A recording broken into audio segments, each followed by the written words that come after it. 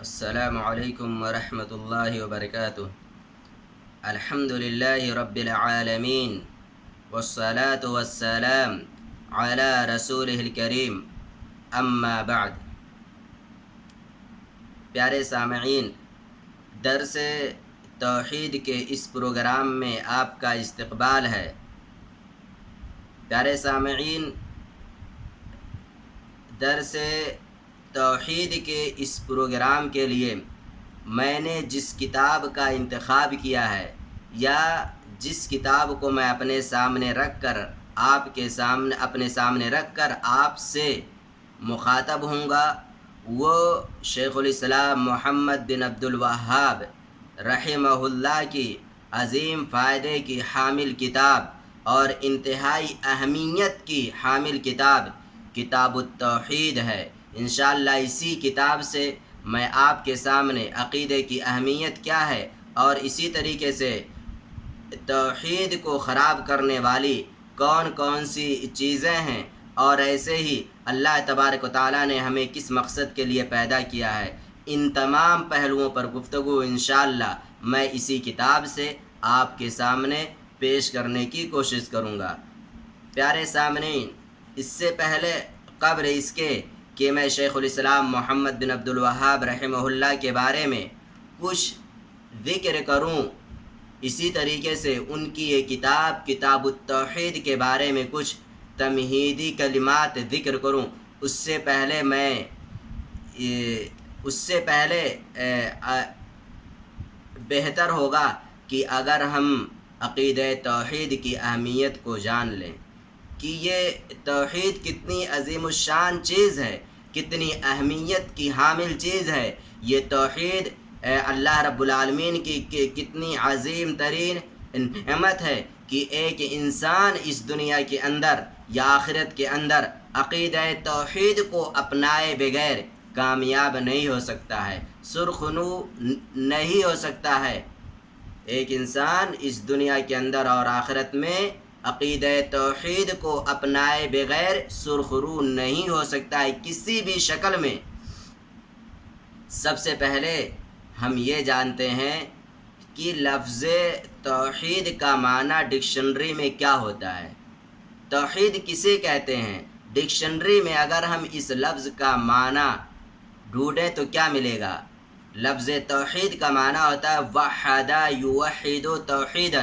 جس کا معنی ہوتا ہے کسی چیز کو ایک جاننا، کسی چیز کو ایک جاننا یا ماننا۔ اب اسلامی اصطلاح میں یا یہ کہ علماء کرام نے اس کی تعریف کیا بیان کی ہے، تو علماء کرام اس کی تعریف بیان کرتے ہیں افراد اللہ بالعبادہ، یعنی ہر طرح کی عبادات میں، نماز میں، روزہ، دعا، حج، قربانی، جتنی طرح کی بھی عبادتیں ہوتی ہیں، ان تمام عبادتوں میں اللہ تبارک و تعالیٰ کو ایک جاننا، ایک ماننا۔ مطلب یہ ہے وہ تمام کی تمام عبادتیں صرف اللہ واحد کے لیے انجام دینا، اللہ کے علاوہ کسی اور کو ان تمام عبادتوں میں شریک نہ کرنا، یہی خالص اور صحیح توحید ہے۔ اگر ایک انسان کوئی بھی عبادت کرتا ہے اور اس عبادت کے اندر وہ اللہ تبارک و تعالیٰ کے ساتھ ساتھ کسی اور کو بھی شریک کر لیتا ہے، تو گویا کہ اس کے توحید میں خلل واقع ہے، اس کے یہاں شرک داخل ہو چکا ہے کسی نہ کسی راستے سے۔ اس وجہ سے خالص توحید یہی ہے کہ ایک انسان ہر طرح کی عبادت صرف اللہ تبارک و تعالیٰ کے لیے انجام دے۔ سامعین کرام، عقیدہ توحید یا توحید کی اہمیت کا اندازہ آپ اس بات سے لگائیں کہ اللہ تبارک و تعالیٰ نے اس دنیا کے اندر جتنے بھی رسول بھیجے، انبیاء بھیجے، نبی بھیجے، ان تمام رسول اور انبیاء کے بھیجنے کا صرف ایک ہی مقصد تھا، ہدف ٹارگٹ صرف ایک ہی چیز تھی، اور وہ یہی تھی کہ لوگ صرف اللہ تبارک و تعالیٰ کی عبادت کرنے لگیں، اللہ کی عبادت لوگ کرنے لگیں، اللہ کو چھوڑ کر جتنی اور چیزوں کی لوگ عبادت کرتے ہیں ان تمام چیزوں کو وہ چھوڑ دیں اور صرف ایک اللہ کے سامنے اپنی پیشانی جھکائیں۔ چنانچہ اللہ تبارک و تعالیٰ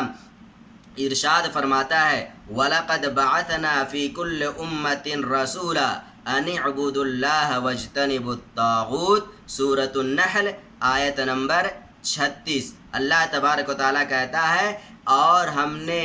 ہر جماعت میں، ہر قوم میں ایک رسول بھیجا، ہر قوم کے اندر اللہ تبارک و تعالیٰ نے ایک رسول بھیجا۔ مقصد کیا تھا؟ ان اعبدوا اللہ واجتنبوا الطاغوت، کہ لوگ صرف اللہ واحد کی عبادت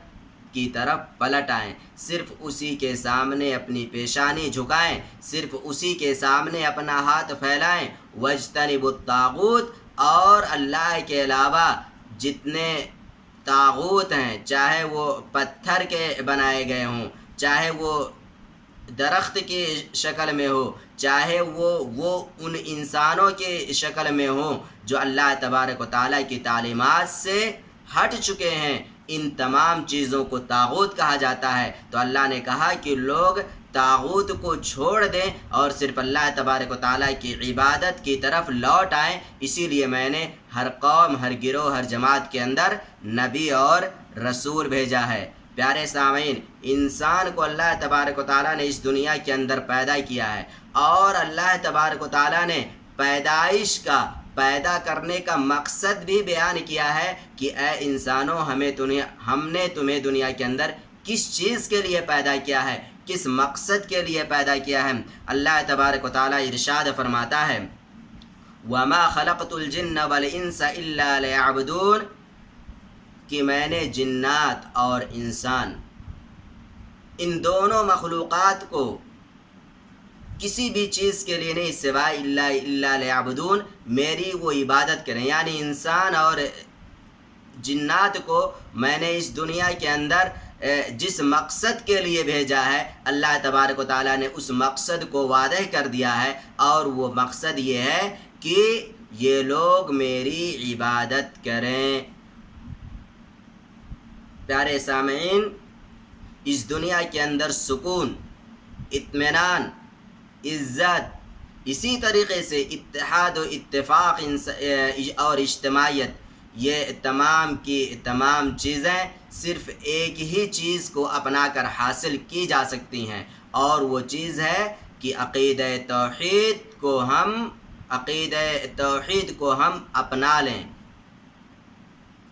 اللہ تبارک و تعالیٰ ارشاد فرماتا ہے الذین آمنوا ولم يلبسوا ایمانهم بظلم اولئک لهم الامن وهم مہتدون سورۃ الانعام آیت نمبر 42۔ اللہ تبارک و تعالیٰ نے ارشاد فرمایا کہ جو لوگ ایمان لے کر کے آئے اور ایمان لانے کے بعد ولم یلبسوا ایمانہم بظلم، اور انہوں نے اپنے ایمان کو شرک کے ساتھ خلط ملط نہیں کیا، یعنی اپنا ایمان انہوں نے بچا کر کے رکھا، ان کا ایمان بالکل خالص رہا، اور اس ایمان کے اندر انہوں نے شرک کو داخل نہیں ہونے دیا۔ ایمانہم بظلم اولئک لہم الامن وہم مہتدون، تو ایسے لوگوں کے لیے امن ہے اور ایسے ہی لوگ ہدایت یافتہ ہیں۔ پتہ یہ چلا قرآن کریم کی اس آیت سے کہ اس دنیا کے اندر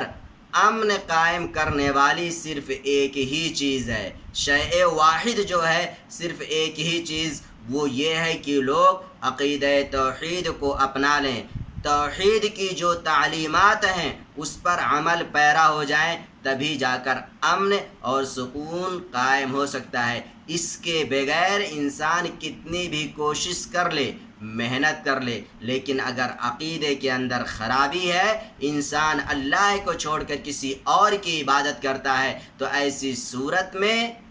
اس دنیا میں کبھی بھی امن اور سکون قائم نہیں ہو سکتا۔ پیارے ناظرین، اس وجہ سے آج ہمیں جس چیز پر سب سے زیادہ محنت کرنے کی ضرورت ہے وہ یہ ہے کہ ہم اپنے بچوں کو توحید کی تعلیم دیں، ہم اپنے بچوں کو کتاب التوحید پڑھائیں، ہم اپنے بچوں کو شاہ اسماعیل رحمہ اللہ کی اردو میں لکھی ہوئی کتاب کتاب الایمان پڑھائیں، ہم اپنے بچوں کو